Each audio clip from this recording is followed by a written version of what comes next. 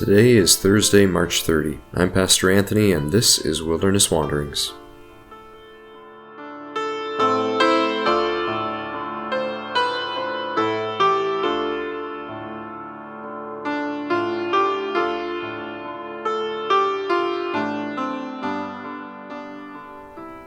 Today our text comes from Deuteronomy 5. You shall not give false testimony against your neighbor, says verse 20. This is the ninth word, and this word honors and guards the integrity of all words by keeping honesty and integrity at the forefront of our dealings with one another, particularly in a court of law. We are not to falsely use the name of God. The same applies to the name of our neighbor. It ought not be falsely dragged through the mud. By extension, this word upholds truth and bars us from deceit, slander, and falsehood. This ninth word is one of the clearest invitations for us to defend the truth. But there are perhaps two different notions of truth to distinguish here, which we tend to use interchangeably without necessarily noticing what we've done.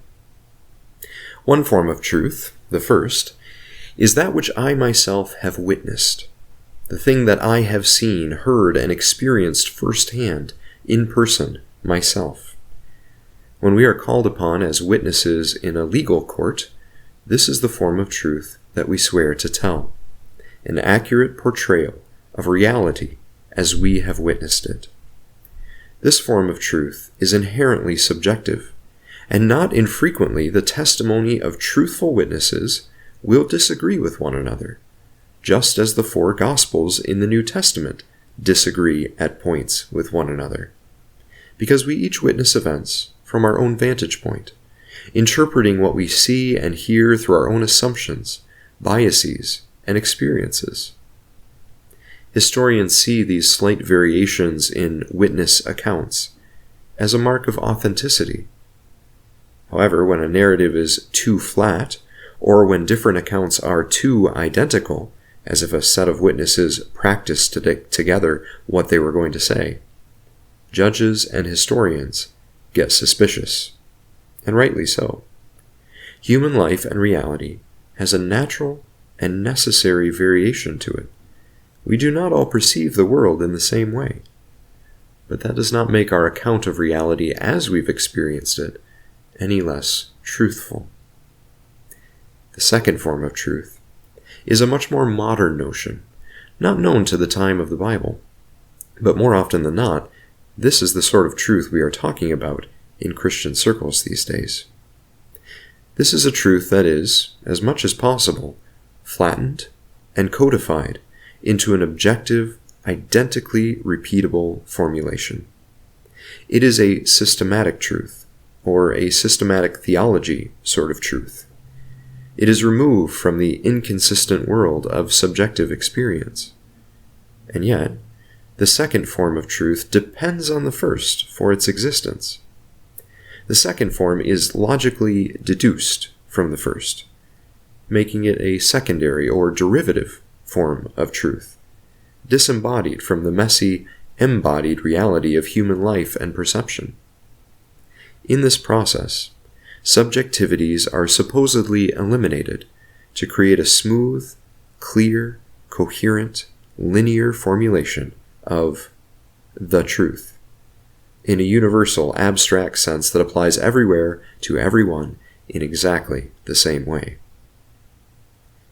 If the first form of truth, the subjective eyewitness sort, is a living stone admitting of hundreds of variations, the second form of truth is a brick, flat, monotonous, and infinitely repeatable. However, God's people were told not to make bricks anymore. Rather, we've been made to become living stones, built together into a holy temple that rises to witness as eyewitnesses to the works and wonders of the living God that we ourselves have subjectively experienced in our own day-to-day lives, as the Spirit works the salvation of Jesus into us and sanctified fruit out of us for the sake of the world. When we are called to be witnesses of Jesus and His truth, this is what is meant. And when we are called not to bear false witness, this is what is meant. So when this command is extended to demand that we defend the truth of words and the word, the sort of truth we are called to defend is not the objective, systematic theology sort that demands logical, apologetic arguments of us, which C.S. Lewis likens to pinning God's wings to the corkboard like a dead biology project. Rather, what we are called to defend is the truth of our eyewitness confession of faith that sounds more like this: look what the Lord has done for me. I cannot do otherwise than believe and love this Jesus because I know him, I talk with him, and having seen him for myself, I know beyond a shadow of a doubt that he lives.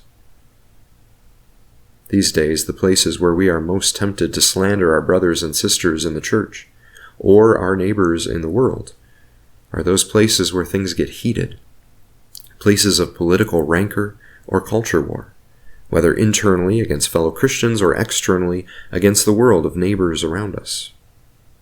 Our desire to force others into the mold of what we believe to be objectively true seems to give us the green light to use any means necessary to accomplish this end, including slander, defamation, false witness, embellishing, and plain old lying. The conservatives are guilty of this. The progressives are guilty of this. And many of us who live between these two poles and who tend to get angry with polarizing voices that are rocking our boat, well, we're guilty of this too. Speaking God's name without false use requires that we speak our neighbor's name without false use too. When our words no longer ring true in this personal, subjective sense, when we no longer hold a relational fidelity to speaking truthfully with and of one another, the basis for any form of trust between people erodes, and relationships become difficult to tend, much as we've experienced these past years. God knows this, and so his ninth word of covenant fidelity is a gift to us that, when lived, can restore trust and relationship between people in God's world.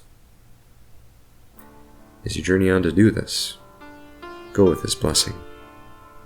May the peace of the Lord Christ go with you wherever he may send you. May he guide you through the wilderness and protect you through the storm.